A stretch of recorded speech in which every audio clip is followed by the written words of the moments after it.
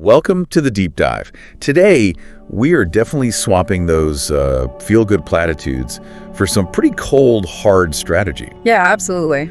Our deep dive today, it's really a commitment not to comfort, but, well, to competence.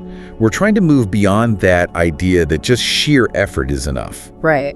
And jumping straight into what the source material calls the brutal, unfiltered strategies. The things that really separate women who build actual empires from those who, maybe unintentionally, just build expensive, draining hobbies. It's such an essential distinction to make, and the material we're digging into today, these are powerful excerpts from Built to Lead, the unfiltered truth of women entrepreneurship. It really challenges that dominant narrative, doesn't it? And which narrative is that exactly? The one that says women just need to work twice as hard to get, half the recognition. This research argues that whole idea is kind of outdated. Outdated how? Because it puts all the burden of change on the individual's effort rather than on their strategy. It misses the bigger picture. Okay, right, let's unpack that. Because the core thesis here is, well, it's sharp. It argues that success isn't just waiting for women to suddenly develop more confidence. No, not at all. It requires women to adopt completely different rules for engagement. Rules built on what? Logic, boundaries. And financial ruthlessness, frankly. Yeah. So our mission today is to really dissect those rules, understand the psychological barriers maybe that keep us from actually implementing them. And show you, the listener, exactly how you might integrate them into your own journey towards, hopefully, financial independence and ultimately freedom. Okay, so first we probably need to establish the sort of psychological context here. A lot of the entrepreneurship advice that's out there for women, it's well-meaning, right? Sure, sounds good. But it often ends up reinforcing that historical socialization, prioritizing emotional labor, community building, always being likable. And when those values become the absolute foundation of your business model, that's when they become toxic liabilities. They actually hold you back financially. And that framework, that kind of thinking, it leads directly into the primary financial block that the material really focuses on first. This whole process of building a business that, well, it essentially begs for approval. Hashtag A. Stop building a business that begs, chapter 1. The source uses this phrase, a permission slip model. I found that incredibly compelling. It suggests that your current structure maybe isn't operating based on real market demand, but more on minimizing potential offense or discomfort in other people, like you're asking permission to charge. That is absolutely the crux of it. Think about the big disruptors out there, the companies building real economic engines. They don't set their prices or their offers based on what might make someone feel a little uncomfortable. No, they state their price. They define the value clearly and they demand payment for it. Full stop. The permission slip model, though, it means your pricing is always tentative. Maybe your boundaries are porous. Yeah, easy to push past. And you're constantly looking for validation that your offer is actually worth it. You need someone else to tell you it's okay. And the sources are really blunt about the financial damage this causes. They talk about the likeable entrepreneur trap. Oh, yeah. And they claim it's basically a six-figure cost center. I want to spend a minute on those specifics. What actually makes up that huge price tag of being, too nice? It's all the hidden costs of accommodation. So first, it's every single time you offer a discount just to be nice, especially to friends or acquaintances, what the book calls the friendship rate. We've all been tempted. Absolutely. Second, and this one is critical, is scope creep. Okay, define that for our listener. Scope creep is when a project just slowly, incrementally grows outside the original boundaries you agreed on in the contract. The client keeps asking for just one more thing. Exactly. And you feel obligated to accommodate their escalating needs, but you don't update the price. So you're essentially doing hours, maybe days of free labor because you soften your boundaries to be relatable or avoid conflict. Wow, okay. That immediately translates into a huge competitive disadvantage, doesn't it? While you're stuck in these, emotional negotiations about delivering more value for free, market research shows the market rewards decisiveness. Your counterparts, maybe male counterparts, the source mentions, they're out there raising capital, commanding premium, non-negotiable rates. And they're doing it without writing a 20-paragraph email justifying why they deserve it. Right. No apology needed. It really comes down to an issue of certainty. The market values certainty almost above everything else. When you are decisive about your price and your terms, you signal confidence, not just in yourself, but crucially, in the results you deliver. And when you hesitate? You signal doubt. And that doubt invites negotiation and invites scope creep. The money simply follows certainty. The material drives this home with a really phenomenal specific example, this consultant who completely reversed this pattern. Can you tell us more about the mechanics? How did she achieve an $80,000 increase in just 1 year just by changing her charging strategy? Yeah, this is such a perfect illustration of focusing on strategy over just like positive affirmations. She didn't magically become a better consultant overnight. Right, the skill was already there. The skill was there. She simply changed the conversation. She systematically eliminated all that low-level discount, all those friendship rates and the, oh, I feel bad asking for the full amount waivers. So, practical steps. Very practical. She implemented clear, non-negotiable price sheets. And then she enforced them with a really simple script, something like, that is the standard investment required for this specific outcome. Wow. So she shifted from being this sort of accommodating provider to being an authoritative partner, someone bringing clear value for a clear price. Exactly. And the source found that just eliminating that low-friction discounting immediately raised her average project value by something like 30%. 30% just from that? It's just from that. Which translated into an $80,000 increase in her annual income. It wasn't some massive overhaul of her marketing or her services. It was purely an overhaul of her internal permission structure. That's foundational, isn't it? For building a business that's actually built to lead, not one that's, well, built to beg. ### B. Poverty mindset wears a feminist mask. Chapter 3. And this leads us perfectly into the next piece, which is the mindset that actually rationalizes this low pricing. The source labels it, quite provocatively, the poverty mindset wears a feminist mask. Okay. This is where the material argues many entrepreneurs unintentionally self-sabotage, but they do it under the guise of virtue or solidarity. Yeah, I can see how this concept might make a lot of listeners squirm a bit, because it directly attacks that idea that keeping your prices accessible or fair is somehow an act of solidarity or humility. It absolutely does, and we really need to unpack why it challenges that. The core idea is that you might internalize this belief that accumulating wealth is somehow morally compromised. Or that real impact requires personal sacrifice, like staying small. Exactly. So you keep your prices artificially low. Why? To appear humble or virtuous or, for the people. But the reality, the source argues, is that this signals you don't actually trust your own value enough to charge appropriately for it. So undercharging isn't really humility. It's self-sabotage, and it communicates low value to the very market you're trying to serve. It backfires. I really want to focus on that data point you mentioned, the one that kind of defies conventional wisdom, the business coach example. Her slots were empty at $500 a session. Right. Struggling to get clients. But then she booked out solid 3 months in advance when she raised her rate fivefold to $2,500. We need to understand the mechanism behind that filtering effect. How does charging more get you more clients? This is so critical to understand. Premium pricing isn't just about driving revenue, although it does that. It acts as a powerful quality control mechanism. How so? When you charge low rates, you often attract clients who maybe haven't fully committed to achieving the outcome. They might be more budget sensitive, perhaps more hesitant to follow through on the work. And they might need more hand-holding. Exactly. They can require excessive hand-holding, which completely burns out the entrepreneur.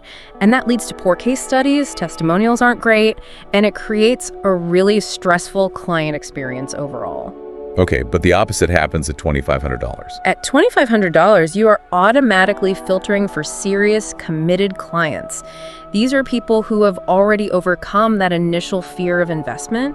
They value the process more because of the investment. So they show up differently. Completely differently. They respect deadlines, they do their pre-work, they arrive ready to implement, and crucially, they get results faster because they value the money they spent. They take it seriously. So paradoxically, the higher rate actually ensures the client experience is better for everyone involved. Yes, and it increases your success rates, which then fuels future growth through better testimonials and referrals. This is how high prices can actually lead to better service and impact, not less. This seems to directly challenge that cultural good woman narrative, the one that kind of links financial aspiration with being shallow or maybe greedy. It does. We're really talking about the stark difference between, say, broke status and genuine financial freedom. Precisely. And if we're truly talking about empowerment and impact, which is the stated goal for so many women entrepreneurs, right?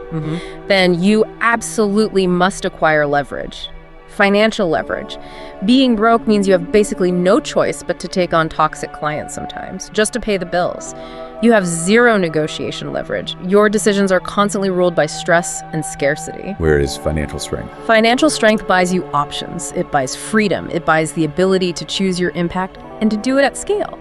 You can afford to invest in teams, better systems, even philanthropic endeavors if you choose. The inherent limitation of being broke fundamentally compromises your ability to help others effectively in the long run. So if the goal really is self-improvement, financial independence, like many of our listeners are seeking, then charging premium rates isn't just a luxury, it's almost a moral imperative, you could argue, for sustainable impact. Wow. Absolutely. And there's one last point here that I found so insightful. The source calls the way many entrepreneurs practice the abundance mindset actually a scarcity strategy in disguise. Okay, wait. That sounds contradictory. How does an abundance mindset become a scarcity strategy? That needs a deeper inspection. Yeah, it's tricky. How does an optimistic mindset become a blocker? Right. It happens when you confuse belief with action. You might profess this strong belief in abundance, you talk about it all the time, Manifesting, yeah. while simultaneously refusing to actually invest capital and growth. You're terrified that the new course won't sell, or the VA won't deliver ROI, or the marketing budget will just be wasted money. So the actions don't match the words. Exactly.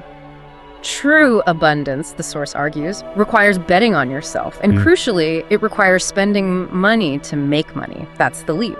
The scarcity strategy looks like hoarding your time, I'll just do it myself, over-delivering constantly to mitigate this deep fear of refunds. Oh, interesting. And just generally avoiding the uncomfortable, sometimes risky investments required to truly scale. You're essentially staying small to feel safe, which is the absolute definition of operating from scarcity. Okay, so if that first section really dealt with how we charge, the second section addresses a different fundamental question. Yeah. Who are we actually building the business for? Right. And the central trap here, according to the material, is what they call the validation addiction.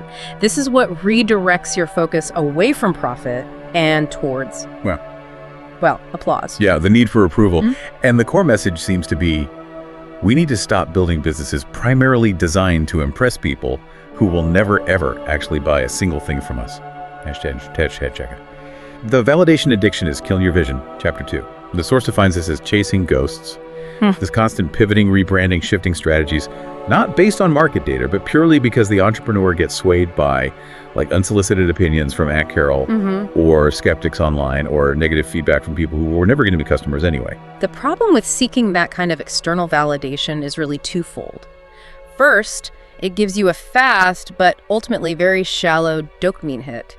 You know, a like on social media or a positive comment feels immediate. It feels rewarding. Instant gratification. Exactly. Whereas the actual process of closing a real contract and getting paid, that's slower, it's often more arduous. So we can subconsciously start optimizing for the instant reward, the applause, not the sale. Okay, that makes sense. What's the second problem? Second, and this is probably more dangerous, the person giving you the advice is very often not your target market. They don't understand the nuances of who you actually serve. And this is perfectly demonstrated in that example they give of the fashion entrepreneur. She made the critical mistake of seeking and then acting on feedback from her family, who were explicitly non-buyers. Tell us about the impact of that mistake. It's kind of staggering. She spent 2 years, 2 full years, lost in these endless redesign cycles, changing products, shifting her strategy. Why? Because her family and friends were maybe skeptical, or they offered suggestions based on their personal tastes, not on actual market data or her ideal customer profile. 2 years is a long time in business. It's an eternity. When she finally recognized this pattern that she was optimizing her entire vision for people who had zero financial stake in her success, she made a hard pivot. She abandoned all that external noise, went back to her original authentic concept. And what happened? Her sales tripled in the next 90 days. Wow. Okay, tripled in 90 days after 2 years of stagnation fueled by validation addiction. That's incredibly telling. It just clearly illustrates that crucial distinction, popularity versus profitability, likes, comments, shares, that's social proof, and it can make you feel good. Vanity metrics sometimes. Often, yes, but transactions, payroll, invoices, that's market proof. That's what makes you solvent, sustainable. The moment you start prioritizing seeking applause over seeking transactions, the source argues, you are actively diluting your own expertise. What does that dilution actually look like in practice for an entrepreneur listening right now? It means that every single time you ask yourself, oh no, what will they think? What? Whether they're competitors, family, random people online, you're taking a step back from the edge, from your own authority. Can you give an example? Sure. Let's say you're an expert in a very specific niche marketing technique, and a well-meaning friend who's maybe a generalist suggests you should pivot to creating broad, generic social media content because that's what everyone's doing. If you listen and you make that pivot, you've just abandoned your core expertise, your unique value proposition, purely to appease a non-customer. Successful empire builders, the ones who last, they trust their own market intelligence, they trust the data generated by their paying customers, and they stop conducting informal focus groups with people who will never buy. ###B. Stop networking, start positioning. Chapter 4. Okay, so that internal shift, learning to trust your own vision, it absolutely has to be mirrored in how you present yourself externally out in the market. Right. It can't just be an internal feeling. No. And this is where the source makes a pretty radical leap, moving away from traditional networking towards something they call positioning. Yeah, they had some strong words for traditional networking. I'd characterize it, the kind where you just collect business cards, send those awkward, just checking in emails as, quote, begging with business cards. It's a bit harsh, maybe, but the point is clear. It's often a very low leverage activity. It frequently leads to what they call a contact graveyard. A contact graveyard. Yeah, basically a long list of people who maybe tolerate your requests, but they don't actively champion you or send business your way.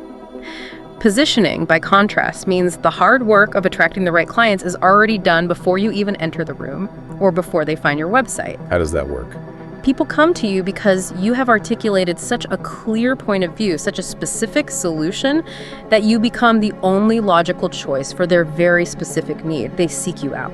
I see a direct connection here, back to what we discussed in Section 1A about decisiveness. Positioning sounds like the intellectual decisiveness that then allows you to demand those premium rates without apology. Exactly. That's a great connection. A sharp, clear position allows you to completely bypass the need to beg for permission or constantly seek validation. And the sources are really clear on this. Authority is claimed through clarity.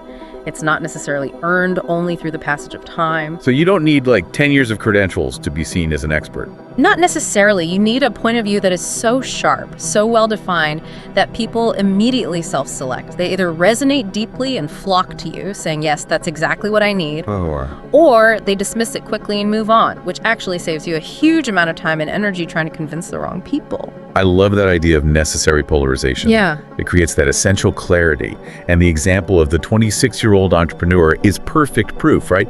Built a 7-figure business in just 18 months by positioning herself as the anti-guru. Yeah, her success wasn't built on decades of study or having massive initial capital. It was built entirely on the radical clarity of her saying, essentially, look, I reject all the standard, fluffy advice in this space, and here is my sharp, practical, action-oriented alternative. That's a strong stance. It was incredibly polarizing. It definitely alienated the people who were looking for warm, fuzzy motivation. But guess what? It powerfully attracted the high-level, action-oriented clients who were ready to do the work and who ultimately built her business. It was zero apology, maximum clarity. Okay, so if we accept this fundamental shift from networking to positioning, then our whole definition of what a network is needs to change too. It's not just a contact list anymore. No, it becomes more like a curated portfolio. A curated portfolio. Explain that. You have to start viewing your network as a highly leveraged resource, not just a collection of names. Every connection you actively maintain costs you something. Mental energy, emotional energy, maybe even time. Right, you're just keeping up with people. Exactly. So if a connection isn't actively contributing something valuable, maybe strategic insight, opening important doors, providing mutually beneficial growth opportunities, then frankly, it's taking up space that a true ally, a real strategic partner, could occupy. That sounds ruthless. It is. Successful entrepreneurs, the sources argue, are ruthless about curating their circle. They actively seek out people who challenge their thinking, who push them, not just people who validate their past efforts or make them feel comfortable. That kind of curated, challenging network is a foundational requirement for sustained self-improvement and real business growth. Okay, this next section might be the most challenging one, I think, especially for the highly creative, maybe passion-driven listener, because the focus shifts really hard towards internal governance. We have to address how often we let our feelings, our desires, our fears, our comfort zones govern our critical financial and strategic business decisions. And this source material is pretty unforgiving here. The central lesson from chapter 6 is blunt. Emotion is not a business strategy. Period. #A. Emotion is not a business strategy. Chapter 6. Let's just start with the core truth they lay out. Yeah. The market is completely indifferent to your feelings. It really doesn't care about your fear of raising prices. Not one bit. It doesn't care about your hesitancy to fire that client who consistently drains all your energy and disrespects boundaries, or your discomfort with, say, enforcing payment terms trickily. The market only cares about two things: value exchange and results. That's it. Emotion-driven decisions, the sources state very clearly, will actively kill your business over time. We should acknowledge the psychological difficulty here, though, right? Especially, as the sources note, for women entrepreneurs who often face greater external societal pressure to maintain harmony, prioritize relationships. Absolutely. We are often socially conditioned, sometimes from a very young age, to absorb emotional burdens, to be the peacemakers. However, if you allow emotional comfort, meaning the avoidance of difficult but necessary conversations to drive your pricing strategy or your client capacity decisions, you end up creating a fractured, unstable business model, one that's constantly reacting instead of proactively planning. Okay, so how does this play out when we talk about passion? Because isn't passion supposed to be the fuel? Isn't that what drives the business forward? Passion is absolutely necessary. You need it. It's the spark that starts the engine, right? But passion is the baseline. It's not the business model itself. Okay. Distinction. Huge distinction. Passion without profit, that's just an expensive hobby. Yeah. Passion without systems, that's pure chaos. You can be deeply, genuinely passionate about helping small businesses succeed. Which is a great mission. A fantastic mission. But if that passion leads you to constantly undercharge, always over-deliver way beyond the scope, and customize absolutely everything for every single client because you feel emotionally connected, you will simply become a broke, burnt-out, passionate person. The example of the graphic designer really illustrates this perfectly, doesn't it? She was passionate about her mission, but she stayed broke until she fundamentally changed her approach. She had to remove her emotional connection to the client's narrative. That's exactly it. She was custom quoting every single job based on her feelings about the client or their story. Oh, they're a struggling startup. I feel bad. I should cut them a deal. In there. We all have. But when she finally transitioned to using standardized packages, implementing automated onboarding processes, and enforcing strict client capacity rules, basically, removing the emotion from the core operational decisions. What changed? That discipline allowed her to scale, because now she was making decisions based on sound financial frameworks and operational efficiency, not on fleeting moments of sympathy or guilt. This speaks so directly to the root cause of decision fatigue, which the source calls the silent revenue killer. How do frameworks actually solve that fatigue? Think about it. When you operate primarily from feeling, you have to decide everything anew. Every single time. Should I fire this difficult client today? Should I offer a discount this time? Should I work late again tonight to accommodate this request? It's exhausting just thinking about it. It is. This constant moment-to-moment emotional calculus is incredibly draining, and it inevitably leads to poor, inconsistent outcomes. Frameworks and rules like clear pricing rules, specific client acceptance rules, firm capacity rules, they act like guardrails. Okay, guardrails. They ensure consistency in your operations, they protect your precious energy, and they effectively automate, say, 80% of your day-to-day operational decisions. Your feelings might change daily, hourly even, but solid rules are what build sustainable wealth. #B, visibility without strategy is just noise. Chapter 5. And we absolutely have to apply the same level of strategic discipline to how we show up out there in the marketplace. There's this pervasive idea, almost a mantra, that just being everywhere, on every single social media platform, posting multiple times a day is necessary for success. Right. The source challenges that directly, calling it the illusion of presence. Okay, that feels like a direct assault on a lot of the conventional social media marketing wisdom that just screams, show up consistently, show up, show up, show up. Well, the argument is that just being everywhere doesn't automatically mean you're actually being seen or heard by the right people. If your message is generic, if it doesn't cut through, Then your visibility is just... It's just more clutter. It's noise that the market instantly filters out because it's not relevant or compelling. The source highlights a really phenomenal difference in outcomes with one entrepreneur they studied. What was the difference? When she posted 3 times a week, but with highly strategic, pointed messaging tailored to her ideal client's specific problems and desires, she generated significantly more qualified leads than when she was posting 3 times a day with just generic motivational quotes or random lifestyle updates. Wow.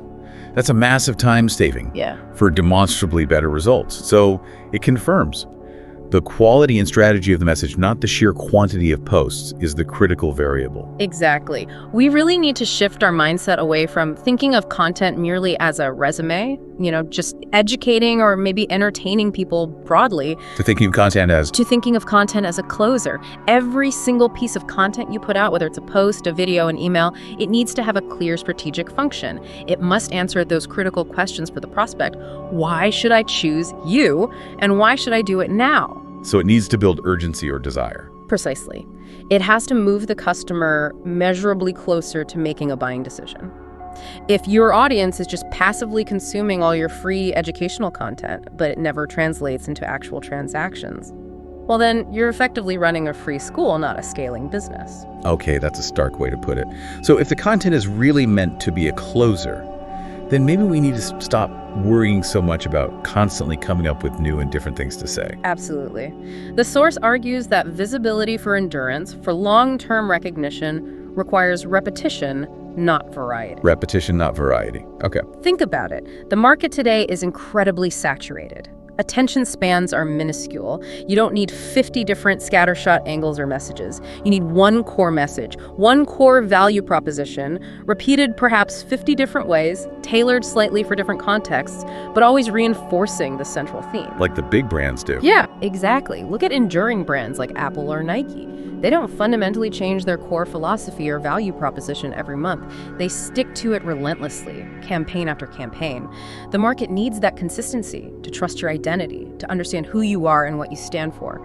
Constant variety just confuses the buyer and significantly dilutes your authority. Consistency builds brand loyalty, recognition, and ultimately sustained revenue. All right, so we've established the crucial mindset shifts around pricing and validation. We've looked at the strategy shifts regarding discipline and visibility.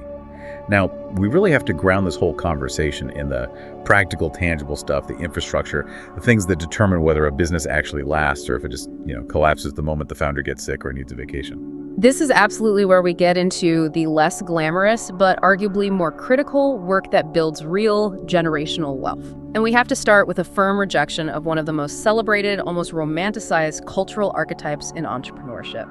The martyr entrepreneur, #hey Hershey, rejection of the martyr entrepreneur, chapter 7. Yeah, the sources are completely unequivocal on this point. Burnout is not a badge of honor. It's actually a business failure. Martyrdom simply does not scale.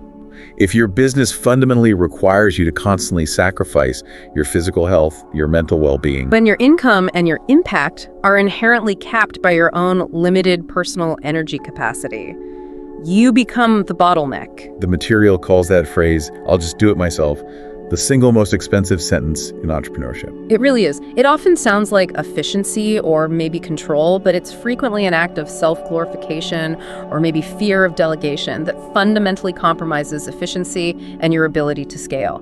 When you insist on being the visionary and the CEO and the assistant and the janitor, You wear all the hats. you wear all the hats, and you prevent your business from ever growing beyond what is essentially a high-paying, incredibly stressful job. The ROI analysis they provide on delegation is fantastic proof that refusing to delegate isn't just inefficient, it's actually financial self-harm. Oh, absolutely. Consider the specific example they give of the consultant who finally hired a virtual assistant for, say, $15 an hour, a modest investment.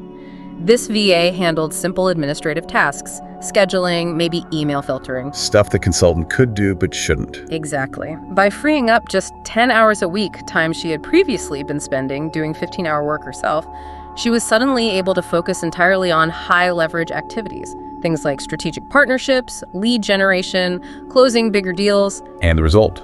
In a very short time frame, she closed an additional $30,000 in new contracts. Okay, let's just pause on that. $15 an hour for 10 hours is $150 a week for $30,000 in return. That is a staggering 200 times return on investment on her assistant's salary. It's the ultimate lesson in leverage. Your business needs a CEO, someone who prioritizes and glorifies outcomes. not a superhero who glorifies being overworked and exhausted. If your business requires your physical presence 24/7 and basically collapses if you take a single day off, you haven't actually built a business. You've built a fragile, demanding job that you can never quit. Scaling requires removing yourself as the indispensable bottleneck. This is absolutely foundational to long-term personal development and achieving real financial freedom. Okay, the second big infrastructure challenge, closely related to the do-it-myself trap, is overcoming that internal block of perfectionism. The sources are very direct here, identifying perfectionism primarily as procrastination wearing a disguise. It feels like a psychological safety mechanism, doesn't it? That constant urge to just tweak the website one more time, rewrite the sales page copy one more time. That's really just an excuse often to avoid the vulnerability of actually putting your offer out there and facing potential rejection or criticism from the market. Precisely. Your offer does not need to be flawless on day one. It simply needs to exist. Launching messy isn't about being sloppy. It's a strategic choice. It's rooted in the fundamental belief that the market itself, through its actions, its purchases, its feedback, is the ultimate teacher. So you learn faster by doing. Way faster. You will learn more valuable lessons in one single week of imperfect action, of being live in the market, than you will in an entire year of theoretical planning and polishing behind closed doors. So the core strategy here is revenue funds perfection. Don't wait for perfection to launch. Yes, exactly. The course creator example they use is the perfect manifestation of this principle. She completely rejected the immense pressure to launch with some massive, sophisticated, all bells and whistles online course platform, Which can take months and cost thousands. Right. Instead, she launched her course using only a simple Google Doc for the materials and basic Zoom calls for the live delivery. Super low tech. And that initial messy launch, It generated $40,000 in revenue right out of the gate. And then she used that non-emotional capital, that actual cash flow generated by the imperfect launch, to build the perfect, polished, automated version of the course later on. The lesson is clear. Don't wait for perfection to fund your launch. Use your launch to fund your perfection. #, C-scale requires subtraction, not addition. Chapter 9. Okay, this one feels counterintuitive too. As entrepreneurs start to focus on growth, that reflexive instinct is almost always to add things. Add a new service line, add a new target market, add another low-ticket revenue stream. Yeah, more seems better. More seems better. But the sources argue very strongly that sustainable growth actually comes from the strategic, disciplined process of doing less, but doing it better. You fundamentally cannot scale complexity. You can only truly scale clarity. Think about it. When you offer 12 different distinct services, you inevitably confuse your internal team. You dilute your core brand message in the market. Marketing gets muddy. Exactly. And you dramatically increase your training costs, your delivery costs, your operational drag exponentially. Clarity, having a narrow, well-defined focus, is the only thing that allows for efficient, repeatable, scalable growth. This is really powerfully demonstrated by that example of the agency owner who made what must have been a difficult decision to significantly reduce her service offerings. Yeah, she went from offering 12 distinct services. Everything from basic social media strategy up to full corporate brand redesigns, a huge menu, down to just 3 core signature packages. And that subtraction wasn't a step back. Not at all. It wasn't a reduction in her actual capability. It was a strategic refinement of her expertise. By focusing her team, her marketing, everything on only 3 core, repeatable, high-margin services, what happened? Her messaging became crystal clear, her team's delivery became incredibly efficient and systemized, and her overall agency revenue increased by 40% in just 6 months. 40% increase by doing less, that's powerful. It really is. It means that every single yes you give to some random side project, or a tempting but ultimately low-ticket offer, no matter how easy or quick it seems in the moment, It's stealing focus. it is actively stealing precious time, energy, and focus away from your core, scalable business machine. The source goes so far as to say the word no is the single most profitable word in the empire builder's vocabulary. You have to learn to say no to protect the yes. You must become ruthless about protecting your focus. Scaling absolutely requires predictability. And predictability is built through structure, things like clear client acceptance rules, non-negotiable payment terms, established operational systems. It's not built through constant flexibility or trying to offer 24/7 availability. Flexibility often just becomes a band-aid covering deeper structural problems. Structure is the actual foundation for growth. #, Legacy is built in private. Chapter 10. Okay, and finally, the last piece of this infrastructure puzzle. We have to look at where the true long-term longevity of the business actually resides, the legacy that you're hoping to build. It's constructed mostly in private, far away from the public gaze or the social media spotlight. Yeah, this feels like a really crucial distinction, especially today in the age of, Instagram aesthetics and personal branding, where the focus is so often on the glossy marketing, the visible front end. But the sources pointedly remind us that it's the underlying infrastructure, not the surface glamour, that actually builds generational wealth and resilience. Absolutely.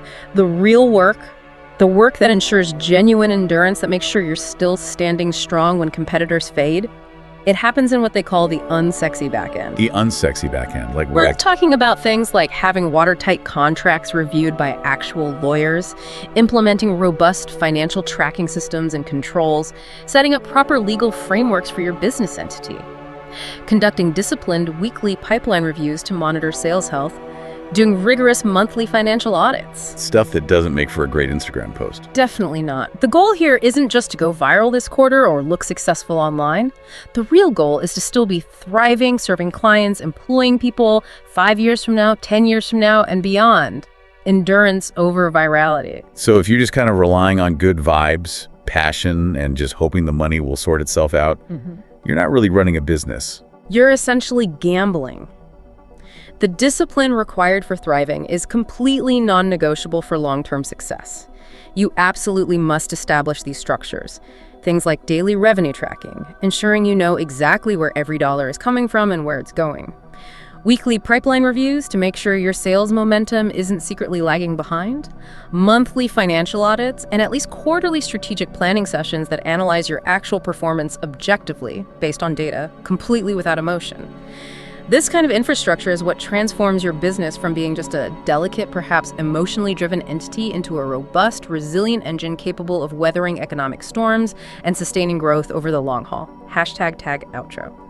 So, wow, we've covered a massive amount of ground today, haven't we? Moving all the way from pricing and mindset through positioning and strategy, and finally landing on discipline and infrastructure. Yeah, a lot to digest. But I think the single overarching takeaway from all this material, from built to led, is that the source really acts as a kind of mirror. The business, whatever its current challenges or successes, fundamentally reflects the leader, meaning you are the variable, you the listener, the entrepreneur, you are the decision maker. You are often the bottleneck, yes, but you are also simultaneously the potential breakthrough. No mentor, no magic bullet, no lucky break, and certainly no amount of feel-good affirmations are going to come and save the business if you refuse to actually implement the necessary, sometimes uncomfortable, strategies. It really puts the onus back on the individual's choices and actions. The women who successfully build these true empires, as the source describes them, they aren't necessarily inherently smarter or more talented than those who struggle. No. They are simply, it seems, more willing to be uncomfortable. They're more committed to the tangible financial outcome than they are to the emotional optics or being liked by everyone. And they become utterly ruthless in a strategic sense about protecting their vision, their time, and especially their financial systems. So the challenge we really want to leave you with today, the listener, is this. Try to identify the one truth, the one concept we discussed. Maybe it was from a specific chapter, maybe just a phrase that made you feel defensive, that made you squirm a little in your seat. That point of resistance. Exactly, that feeling of internal pushback, that discomfort. That is the precise direction of your most necessary next move. You don't need to try and overhaul everything overnight, that's overwhelming. But you must stop rationalizing. You must stop lying to yourself, perhaps, about the strategies or habits that are currently limiting your scale and your impact. Because our time today really emphasizes a core ultimatum, doesn't it? Your business will simply never outgrow your personal courage, your willingness to face the hard truths and make the hard decisions. So you have to decide right now. Are you truly committed to building something that lasts, which requires that unsexy infrastructure and a dose of discomfort? Or are you primarily focused on building something that just looks good on social media? Because, according to these sources, those two commitments often pull in opposite directions. You probably can't fully optimize for both. Go build the legacy.